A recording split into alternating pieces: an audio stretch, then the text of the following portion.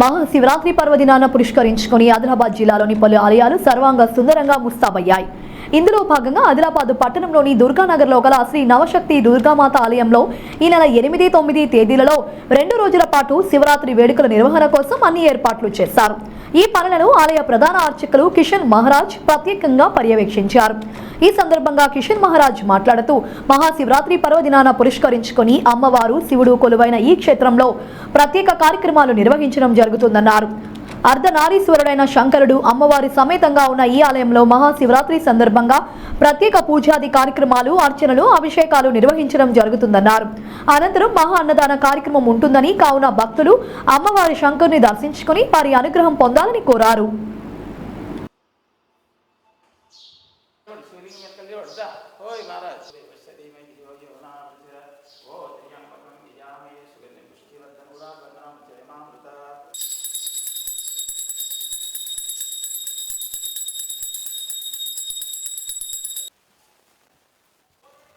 ఓం శ్రీమాత్రే నమః.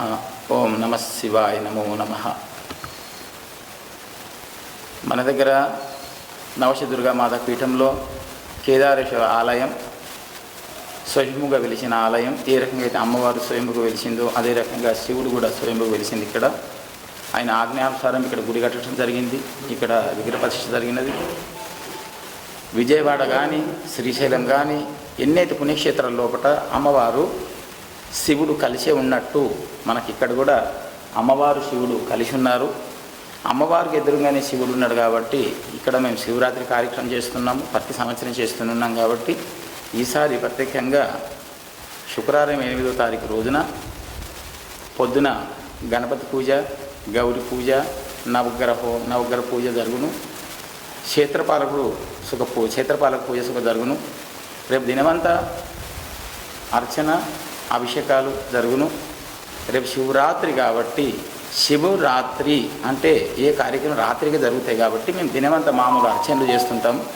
రాత్రి సూర్యుడు పోయిన తర్వాత 7 గంటల నుంచి 10 గంటల వరకు మాత్రము శిఖరం పూజ అంటే పైన ఉన్న లింగం ఏదైతే పైకి ఉన్నదో ఆ లింగానికి అభిషేకం జరుగును. 7 గంటల నుంచి 10 గంటల వరకు.